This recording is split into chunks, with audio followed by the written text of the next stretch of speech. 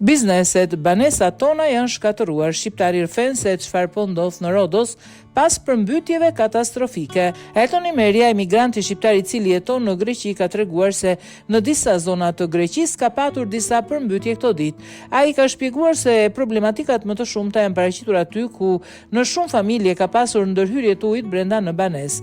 Ditën e djeshme ka pasur rreshje intensive kryesisht në Paros dhe në Mikonos, të cilat kanë zgjatur rreth 2 orë. Sigurisht, kjo ka bërë